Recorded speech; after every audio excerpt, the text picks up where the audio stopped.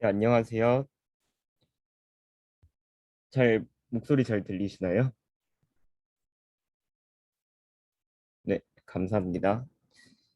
최신반 구글 리서치에서 발표한 2022년 2월자 발표한 DSI라는 논문의 발표를 맡은 오조 김백수, 이노와 정두혜입니다. 저는 발표를 맡은 정두혜입니다.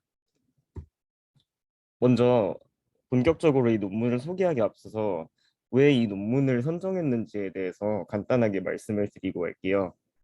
본 논문을 선정한 이유는 이 논문의 아이디어가 획기적이고 프로덕션 레벨에서 적용하기 유용한 접근법이기 때문도 아니었고 기존 성능을 월등하게 뛰어넘는 베이스라인이어서도 아니었습니다. 근데 다만 논문에서 소개하는 다양한 실험 세팅 및 전개 방식과 그리고 직관과 다소 다르게 나오는 실험 결과들이 상당히 재미있었어요, 개인적으로.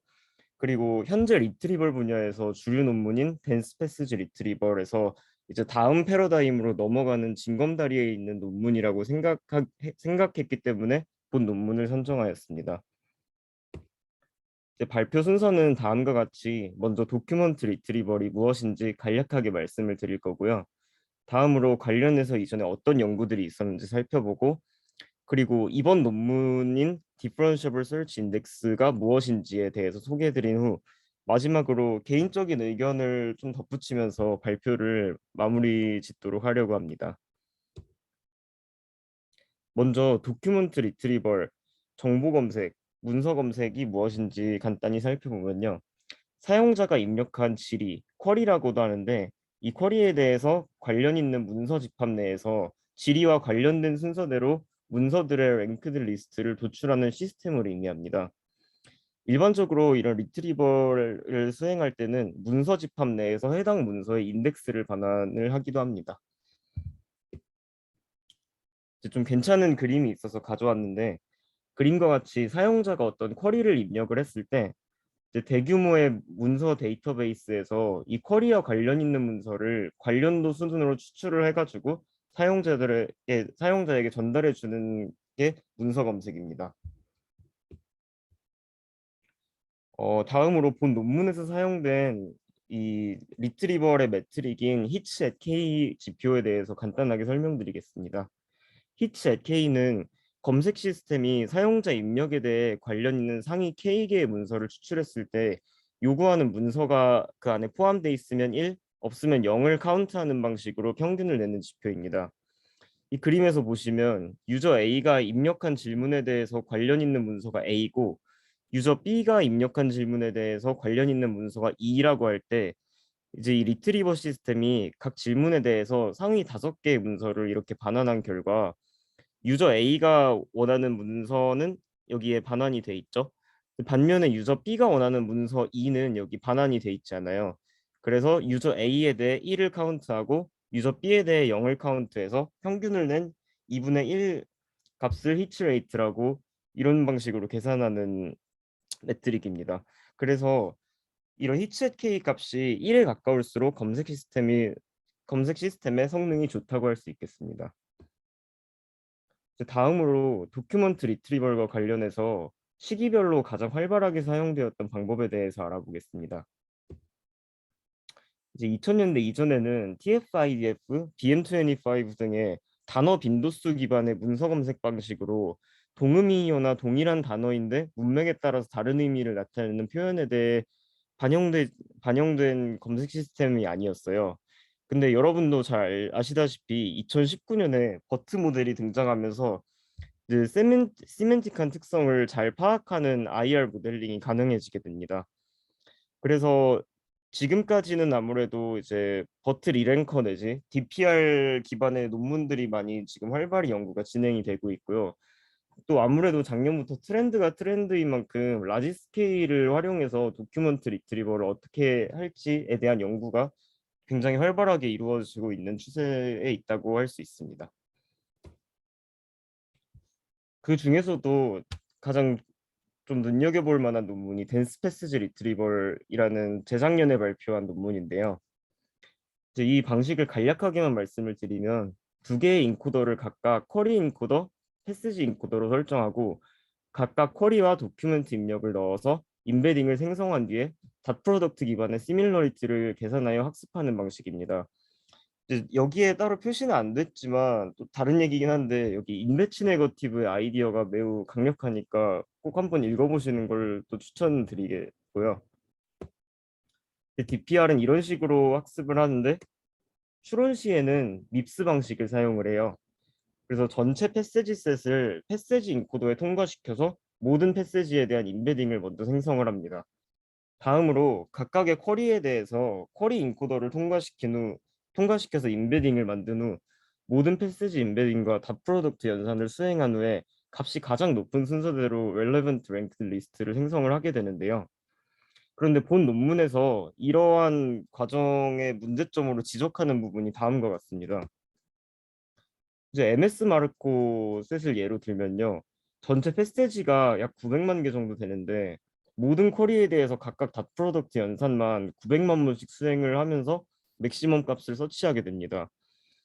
이렇듯 연산 시간이 좀 다소 걸리겠죠? 인퍼런스 시간이. 그래서 이렇듯 대부분의 리트리버 상황에서 검색 대상이 되는 문서가 매우 많기 때문에 이러한 방식에서는 추가적인 시간 소요가 많이 된다는 것을 이 논문에서 지적을 하고요. 그래서 본 논문에서는 이런 아키텍처의 인퍼런스 속도를 한번 줄여보자. 그리고 요즘 트렌드가 트렌드인 만큼 라지 스케일 랭귀지 모델도 써보면 좋겠다라는 모토로 이 베이스라인을 설정을 했고요. 그래서 이번 논문의 주제인 Differentiable Search Index, 줄여서 DSI라고 부르는 이 모델링의 핵심은 기존의 멀티 스테이지 방식의 Retrieve then Rank 방식을 단일 모델에서 싱글 스테이지로 어떻게 처리할 수 있을까 하는 아이디어에서 시작합니다. 그래서 이 아이디어로 모델이 문서 입력에 대해서 그에 맞는 도큐먼트 아이디를 생성하도록 하면 어떨까라는 생각을 했고요. 두 번째로 모델이 쿼리 입력에 대해서 그와 관련한 문서에 대응하는 도큐먼트 아이디를 직접 생성하도록 만들면 어떨까라는 아이디어를 이제 펼쳐 나갔습니다. 그래서 이 여기서 말씀드린 멀티 스테이지 방식과 이 싱글 스테이지 방식이 어떤 차이가 있는 건지 좀 그림으로 구체적으로 비교해 보도록 하겠습니다. 논문에 나와 있는 그림인데요. 이제 위쪽이 기존의 인코더를 활용한 현재 주류의 리트리버 모델 학습 방식이고 학습 및 추론 방식이고 아래쪽이 지금 논문에서 제시한 DSI 아키텍처입니다. 이제 이 상황을 가정을 해보면요. 다음과 같이 쿼리 1, 2, 3과 관련 있는 문서가 독 456이고 관련 없는 문서가 독 137인 상황을 가정을 해보겠습니다. 이제 기존의 방식에서는 얘네들에 대해서 각각 벡터 임베딩을 뽑아요. 그거를 V123, V456, V137이라고 해보겠습니다. 그때 쿼리 1, 2, 3과 관련 있는 도큐먼트가 독 456이기 때문에 얘네 임베딩의 거리가 서로 가깝게 하는 동시에 얘네 이 독 137과의 거리는 멀어지게 하는 방식. 이런 방식으로 학습을 하게 되고요. 다음으로 이런 방식으로 학습을 모두 마치면 인퍼런스 시에는 도큐먼트에 아까 말씀드렸듯이 전체 임베딩을 추출한 다음에 밉스 계산을 후 맥시멈 이너 프로덕트 서치를 한 후에 랭크를 매기게 됩니다. 그래서 이런 방식으로 학습을 한 다음에 리트리브를 진행한다 해서 멀티 스테이지 방식이라고 표현을 썼고요. 반면에 DSI 논문에서 제시한 DSI 구조는 다음과 같습니다. 쿼리 입력과 관련 있는 도큐먼트 입력 모두에 대해서 해당 도큐먼트의 인덱스를 반환하도록 학습하는 걸 목표로 잡았는데요.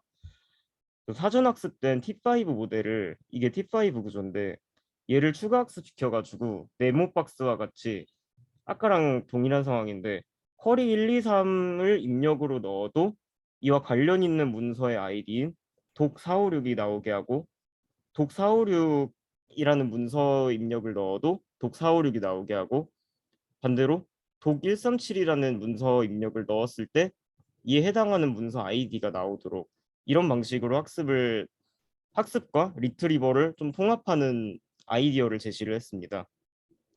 이런 방식으로 싱글 스테이지 방식으로 줄였다고 주장을 하는데요. 이제 다음으로는 이러한 구조를 만들기 위해서 어떤 실험을 진행했는지 그 세팅 몇 가지에 대해서 소개를 드리겠습니다. 이제 보시는 표가 본 논문에서 고민한 내용을 정리한 표인데 이를 하나하나 알아보겠습니다. 실험 세팅을 앞으로 계속 소개를 드릴 텐데 어떤 방식이 좋은 성능을 내었을지 좀 예측해 보면서 들어주시면 좀 더 재밌게 들으실 수 있을 것 같습니다. 먼저 인덱싱 메소드에 대해서 고민을 하였습니다. 모델이 입력에 대해 어떤 조건에서 도큐먼트의 아이디를 어떻게 하면 잘 반환하도록 학습시킬지 다음과 같이 네 가지 세팅을 두고 실험을 했는데요. 먼저 인풋 타겟이라는 세팅에서는 도큐먼트 텍스트 입력을 넣어줬을 때 모델이 도큐먼트의 아이디를 반환하도록 학습을 했고요. 두 번째 세팅인 타겟 투 인풋에서는 도큐먼트의 아이디를 모델에 넣어줬을 때 도큐먼트의 텍스트를 반환하도록 학습을 진행하였습니다. 세 번째 세팅인 바이디렉셔널에서는 1번과 2번의 방식을 모두 이용해 학습을 진행하였고요. 4번은 좀 특이한데 도큐먼트 텍스트 뒤에다가 도큐먼트 인덱스를 스트링으로 컨캣해가지고 버트 모델 사전 학습하는 것 같이 MLM 태스크를 수행을 해요. 이 중에 과연 어떤 방식이 성능이 제일 좋게 나왔을까요? 뒤에 알아보도록 하겠습니다. 그 다음으로 진행한 실험이 도큐먼트 레프레젠테이션 스트래티지스인데요. 이제 앞에 말씀드린 인풋 텍스트를 넣었을 때 도큐먼트 아이디를 반환하도록 학습하는 방식에서 이 텍스트로 어떤 입력으로 넣어줄지에 대해 고민을 한 건데 다음과 같이 세 가지 세팅을 제시를 해요. 첫 번째로 디렉트 인덱싱, 도큐먼트 텍스트에 처음 엘게만큼의 토큰을 잘라가지고 그냥 입력으로 넣어주는 방식입니다. 두 번째로 셋 인덱싱이라고 하는데 도큐먼트 텍스트에 대해서 반복적으로 등장하는 단어나 불용어 같은 거를 제거한 다음에 이를 텍스트 입력으로 넣어주게 됩니다. 마지막 세팅은 인버티드 인덱스인데요. 도큐먼트 텍스트에 대해서 연속된 K만큼의 토큰 시퀀스를 그냥 랜덤 샘플링해서 입력으로 넣어주는 방식의 세팅도 실험을 했습니다. 이 중에서도 어떤 게 성능이 가장 좋게 나왔을지 좀 감이 오시나요? 결과는 차차 알아보도록 하고 다음 세팅을 한번 질문이 들어왔는데 혹시 본 논문에서 사용하는 도큐먼트가 어떤 종류의 여기서는 뒤에 말씀드리겠지만 내추럴 퀘스천스라는 데이터셋을 활용을 했는데 이제 QA 데이터셋에서 사용하는 패세지를 이제 도큐먼트로서 사용했다고 보시면 될 것 같아요.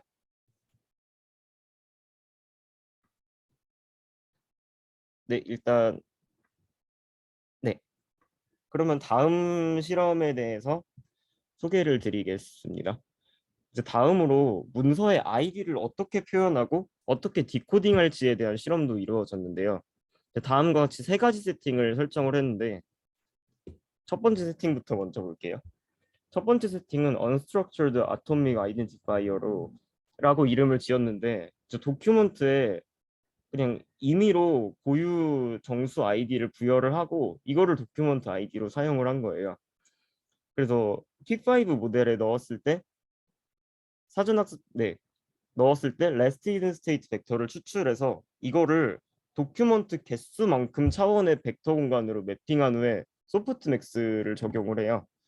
그래서 이제 리트리버를 싱글 클래스 클래시피케이션 문제로 치환을 했다고 볼 수 있는데 이게 예를 들어서 도큐먼트에 아무 값이나 그냥 125라는 아이디어를 부여를 했다고 할 때 이제 리트리버 시에 이 도큐먼트 텍스트를 넣어주면 출력 벡터의 125번째 인덱스의 로직 값이 가장 크게 되도록 학습했다고 보시면 될 것 같습니다. 이제 두 번째 세팅은 Naively Structured String Identifiers라는 방법인데요.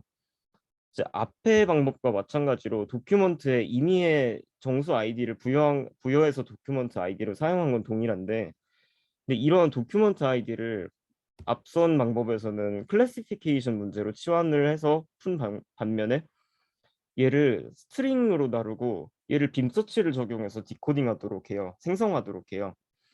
그래서 예를 들자면 특정 도큐먼트에 임의로 125라는 아이디를 똑같이 부여를 한 상황에서 여기서는 1, 2, 5라는 스트링을 이제 오토 리그레시브하게 생성이 되도록 문제를 치환을 하고요. 이제 마지막 semantically structured identifiers에서는 이 세팅이 제 생각에는 이 논문에서 가장 신경을 많이 쓴 세팅이라고 생각이 드는데, 이제 문서의 아이디를 살려서 문서의 의미를 살려서 아이디를 부여하는 방식을 좀 고민을 하게 돼요. 그래서 비슷한 내용의 문서의 경우 비슷한 아이디가 디코딩 되도록 하면 어떨까 하는 아이디어에서 출발을 했고, 그래서 어떤 과정을 진행을 했냐면 사전 학습된 버트 스몰 모델에 모든 도큐먼트를 넣어서 임베딩 벡터를 생성을 먼저 합니다. 그 다음에 이 벡터들에 대해서 K민즈를 적용을 해요.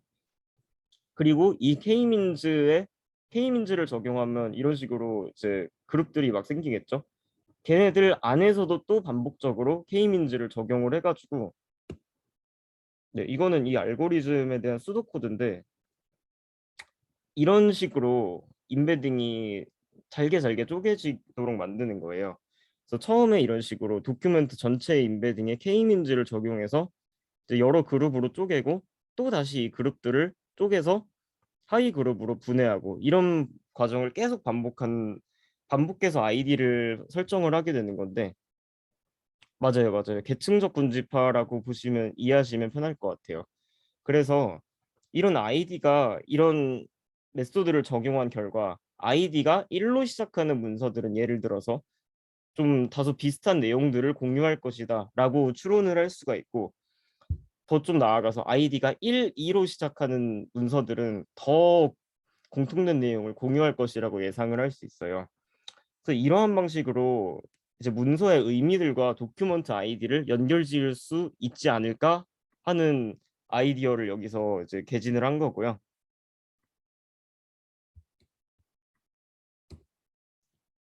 네, 이러한 방식으로 얻은 도큐먼트 아이디를 빔 서치를 적용해서 생성하도록 하며 서치 스페이스를 줄일 수 있을 것이라고 가정했고, 문서의 내용과 도큐먼트 아이디가 연관지어져 있기 때문에 이번에 naively structured identifiers 방법보다 더 좋은 성능을 낼 것으로 기대를 했습니다.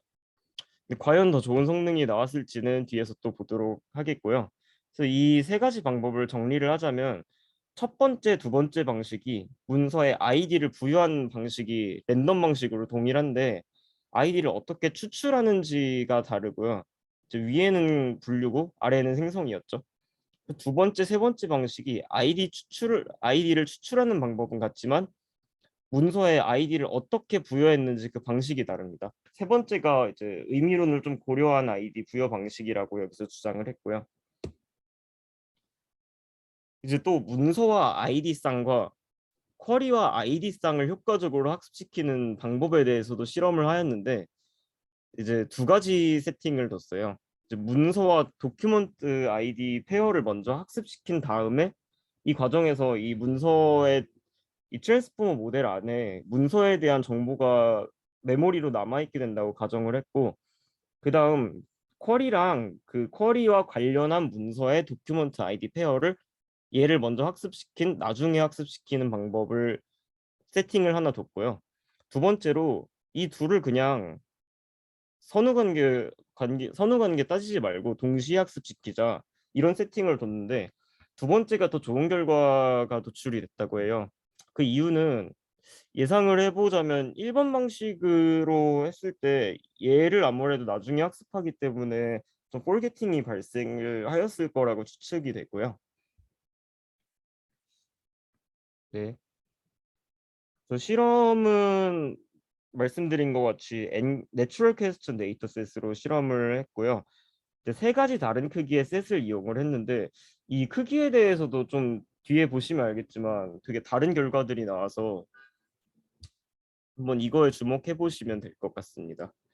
아까 말씀드린 도큐먼트 아이디를 어떻게 부여하는지 이 방식 차이에 따른 성능이 있는지 결과를 이제 표로 나타냈는데, 표를 보시면 여기가 아까 그 도큐먼트 아이디의 시멘틱을 좀 고려해서 부여한 방식인데 보시면 성능이 다소 좋은 거는 알 수 있는데 어 얘네라고 해서 그렇게 유의미하게 나쁘냐 하면은 또 그거는 아니라고 생각이 들거든요.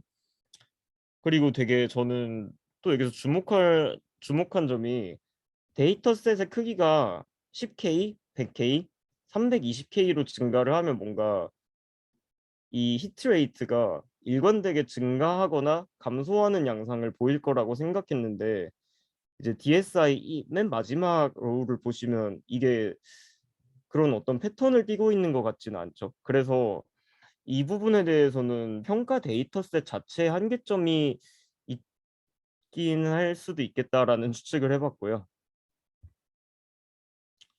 그 다음으로 제로샷 세팅 관련 실험도 진행을 했어요. 여기서 이게 뭐냐면 문서와 도큐먼트 아이디 페어랑 쿼리와 그와 관련 있는 도큐먼트 아이디 페어를 동시에 학습하는 거 이외에도 이제 문서랑 도큐먼트 아이디만 학습시킨 다음에 쿼리를 딱 입력했을 때 관련된 문서의 도큐먼트 아이디를 그냥 바로 리트리벌 하는지를 평가를 한 건데요.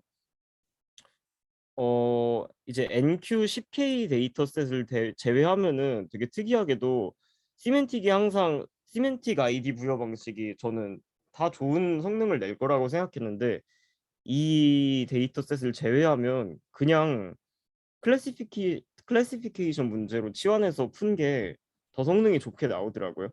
그리고 아이디를 랜덤으로 부여한 게 또 100K 히트챗 원 결과를 보면 이게 더 좋게 나와서 이게 여기서 무슨 해석을 할 수 있을까가 좀 모호했고요, 저는. 그리고 아까 말씀드린 것처럼 이제 문서의 입력으로 어떤 걸 넣어줄지 인덱싱 스트래티지에 대한 실험 결과인데요. 아까 인풋 타겟 투 인풋, 바이디렉셔널, 스팬 커럽션의 네 가지 세팅을 말씀을 드렸었는데 이 뒤에 가니까 또 노인덱싱 방법을 하나 추가했더라고요. 이게 뭐냐면 베이스 모델에 그냥 아무 학습 없이 리트리버리 되는지, 다시 말하면 그냥 학습을 안 하고 도큐먼트 아이디가 추출이 되는지를 실험을 한 건데 개인적으로 이거는 왜 해본 건지 좀 의문이고요. 그래서 네, 이거를 제외하면 인부스트 타겟이랑 바이디렉셔널 방법이 이제 히트레이트 앳 원 결과가 좀 비슷하게 높게 나왔죠. 반면에 타겟 인풋 방식이랑 스팬 콜옵션 적용한 다음에 MLM 방식으로 리트리벌 학습을 하는 방식은 아예 0%의 리트리벌 성능이 나와서 사실 의미 없다고 생각을 했고요. 그래서 추후의 실험은 이 인부스트 타겟 세팅으로 계속 한 것 같아요. 이제 다음으로 모델의 크기에 대해서도 실험을 진행을 했습니다. 스케일링 러우에 의해서 어떠한 방식을 택해도 모델의 사이즈가 커질수록 좋은 퍼포먼스를 내는 것은 되게 자명한데 여기서 주장하는 건 듀얼 인코더 방식에 비해서 DSI 모델의 방식이 스케일링에 의한 베네핏을 더 많이 취한다고 얘기를 해요. 그래서 성능을 낸 거를 보면은 스케일이 커질수록 이제 좀 듀얼 인코더는 평평하게 증가를 하는 반면에 DSI 모델들은 되게 급박하게 성능이 오르는 것을 알 수 있죠. 다음으로 아까 소개해드린 도큐먼트 아이디를 학습시킬 때 어떠한 텍스트 입력을 넣어줄지 실험한 결과인데요. 이제 잊으셨을까 봐 다시 말씀을 드리면 디렉트 방식은 문서의 앞에 L개 토큰을 잘라서 그냥 입력으로 넣어준 방식이고 셋 인덱스 방식은 불용어와 중복 단어를 제거한 입력을 넣어준 방식이었고 인버티드 인덱스 방식은 문서 내에 어, 연속된 일부 토큰을 랜덤으로 샘플링해서 입력으로 넣어준 방식이었어요. 그래서 이 결과를 보시면 불용어와 중복 단어를 제거하는 등의 전처리는 크게 효과가 없다고 결론을 낼 수가 있었고요. 그 다음으로 문서 내에서 토큰 일부를 샘플링해서 입력으로 넣어주는 방식은 오히려 성능을 많이 떨어뜨린다는 것을 알 수 있었어요. 그리고 또 하나 특이했던 게 이 문서 앞에 L개 토큰을 입력으로 넣어줄 때 이 L을 몇으로 할지에 대한 탐구도 했는데 L을 32, 64, 128로 이렇게 세팅을 했을 때 저는 당연히 많이 넣어줬을수록 성능이 더 좋게 나올 거라고 예상을 했는데 오히려 적게 넣어줄수록 성능이 더 좋게 나오더라고요. 그래서 문서의 앞쪽을 적게 잘라서 학습 데이터 입력으로 넣어줄수록 모델이 아무래도 메모리를 최적화하는 데 효과적인 게 아닐까라는 이제 해석을 할 수 있었고요. 다음으로 아까 말씀을 드린 것 중에 문서와 도큐먼트 아이디 페어를 학습시키고 지리와 쿼리와 관련한 도큐먼트 아이디 페어를 학습시키는 방식보다 이 두 가지를 동시에 학습시키는 게 더 효과적이었다고 말씀을 드렸었는데 이때 그 비율을 어떻게 두고 다시 말해서 도큐먼트 인덱스 쌍과 쿼리 인덱스 쌍 이 비율을 어떻게 두고 동시에 학습을 시키는 게 성능이 좋을까에 대한 실험도 진행을 하였습니다. 그래서 이 그래프를 보시면 문서와 도큐먼트 아이디 대 쿼리 대 도큐먼트 아이디 비율을 1대 32로 두는 것이 가장 높은 성능을 낸다고 실험 결과가 나왔고요. 이게 사실 근데 이렇다 할 패턴이라는 게 크게 없는데 좀 하나 명확한 거는 이 비율이 너무 낮거나 너무 높은 경우는 이제 성능이 좋지 않다고 결론을 낼 수가 있을 것 같습니다. 그래서 이런 이 DSI 논문에서는 이런 다양한 실험들을 진행을 했고 개인적으로 되게 재밌다고 생각되는 결과들이 많이 나왔었습니다. 어 근데 제가 한 가지 결론을 좀 내고 싶은 부분이 몇 개가 논문 후반부에는 이 컨클루전 부분에서 DSI가 기존 리트리버의 판도를 뒤집고 뉴 패러다임이 될 것이라고 했는데 그래서 좀 이거를 비판하고자 DPR의 성능 테이블을 가져왔어요.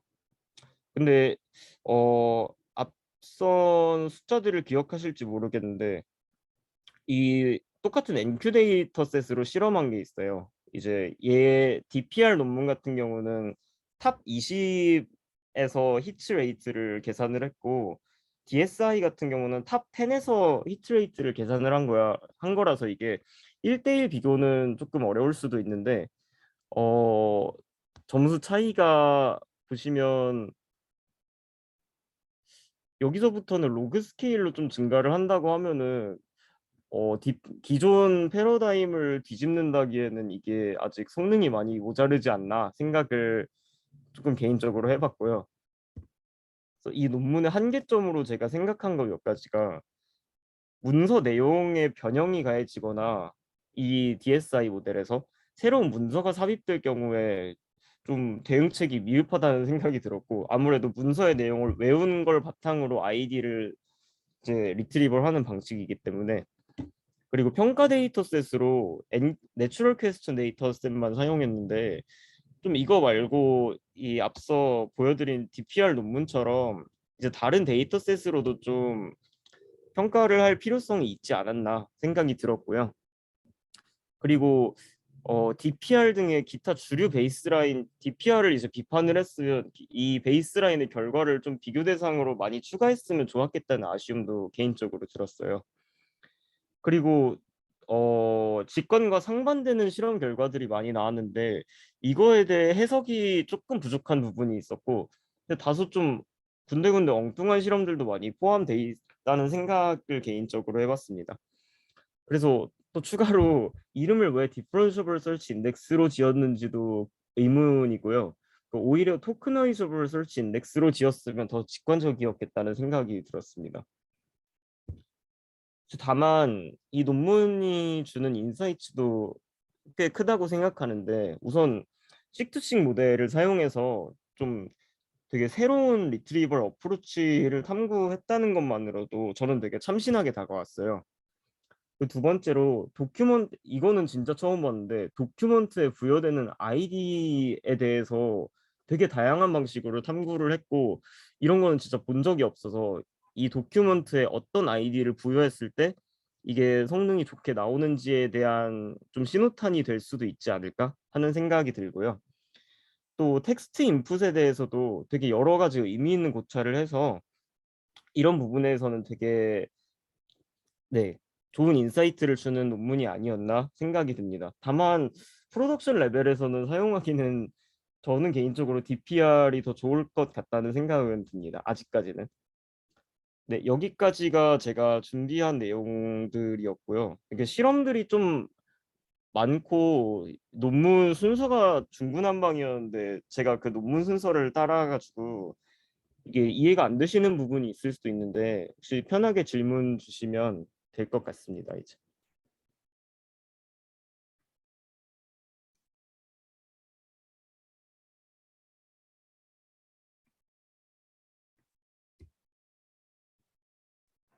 발표 너무 감사합니다. 잘 들었습니다. 아, 저 네네. 아까 콘클루전에서 말씀해 주신 것처럼 이게 데이터셋이 좀 Q&A틱한 거에 한정이 돼 있어서 제 생각에는 앞쪽 일부 토큰으로 실험했을 때 제일 잘 나왔다는 부분은 Q&A 데이터셋에만 한정되지 않을까라고 좀 생각이 드는 부분이 있는데 이 부분에 대해서 발표자님의 의견이 있으신지 궁금합니다. 저도 사실 완전 동일하게 생각을 한 게 QA 데이터셋 예전에 분석을 해봤을 때 대부분 그 앤서에 해당하는 스팬이 좀 앞쪽에 있는 경향이 있더라고요, 문서에서. 그래서 저도 비슷하게 생각이 들고요. 그래서 그런 이유로 이게 구글 리서치에서 나온 논문인데 왜 데이터셋을 이거밖에 실험을 안 했지에 대한 아쉬움이 계속 남습니다, 저도. 감사합니다. 아, 네, 감사합니다.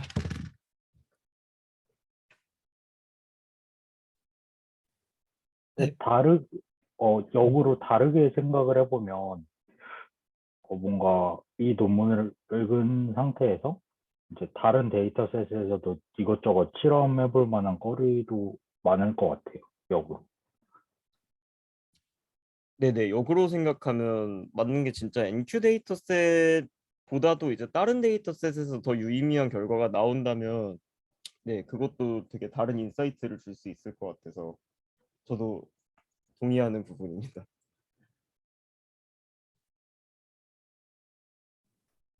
저도 질문이 하나 있는데 네네. 그 탑 K 있잖아요. NQ 10K, 뭐 100K, 200K에서 실험해서 네. 그러면 그, 그 각각은 그게 다른 건가요? 그러니까 전체 그 커리에서 뭐 찾는 거잖아요. 그 네네. 개수가 그 뭐라 그 리트리버 하는 총 개수. 맞아요. 그 전체 검색 대상이 되는 문서 개수를 말씀하시는 거죠. 네네 맞아요. 네. 그거 구성도 이렇게 다소 다르게 돼 있습니다. 음, 그건 밸리데이션에 대해서도 그게 다른 건가요? 그러니까 그 10K는 그러면 2K 중에 찾는 거고 20K 중에 찾는 거고 약간 그런 느낌인가요? 아, 그게 아니라 이 도큐먼트가 10K가 있다고 하면은 네. 트레인 페어가 쿼리 개수 기준이고 이제 네. 그 밸리데이션 페어 2K라고 하는 건 이 질문 2000개에 대해서 모두 이 10K만큼의 도큐먼트 안에서 이 서치를 진행을 하는 겁니다. 음. 약간 그러면 그 100K하고 320K에서 그게 성능이 되게 차이가 많이 나잖아요. 네네. 그게 오히려 약간 그런 것 때문일 수도 있지 않을까 생각이 들어서. 아, 데이터셋의 질보다 이런 개수의 차이로 인한 네, 개수가 많이 늘어나면 더 많은 것 중에 그 골라야 되는 거니까. 아, 그 저는 이게 네, 말씀하신 대로 더 많은 것 중에 골라야 될수록 더 그 지표가 좀 하락된 결과로 나올 거라고 생각을 했는데 이게 보시면 이 세팅 맨 마지막 세팅을 좀 놓고 보면 이 10K 데이터셋에서는 48.5에서 100K로 가면 이게 26.9로 하락하죠. 근데 320K로 갔더니 다시 또 비약정으로 오르는 이런 게 되게 좀 해석이 되게 어렵다고 생각이 들어가지고 저는. 음, 네, 그리고 논문에서도 이런 부분에 대해서는 좀 네, 회피하려고 하는 느낌이 들더라고요. 이걸 아예 그냥 통일시키고 했으면. 그쵸. 차라리 그냥 하나만 했어도 굳이 할 거면 좀 그런 생각은 드는데, 그래서 이런 좀 짜잘한 부분이 아쉬운 게 있는 논문인 것 같습니다.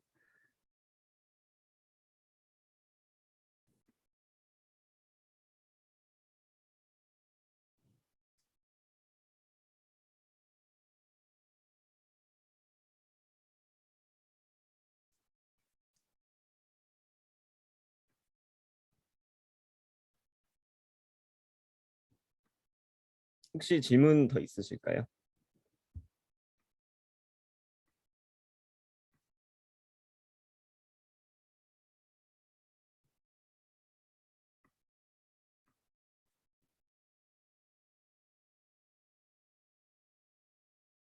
아, 네. 명호님 말씀처럼 추가로 있으시면 길 이슈에 남겨주시고요. 네. 길고 좀 중구난방의 발표를 많이 좀 길게 들어주셔서 감사합니다. 요즘 날씨가 되게 오락가락하는데 저도 그래서 환절기인지라 목 상태가 좀 많이 나가 있어요. 다들 몸 관리 잘 하시고, 네. 다음 주에 다음 스터디에서 뵙시다. 네, 발표 들어주셔서 감사합니다.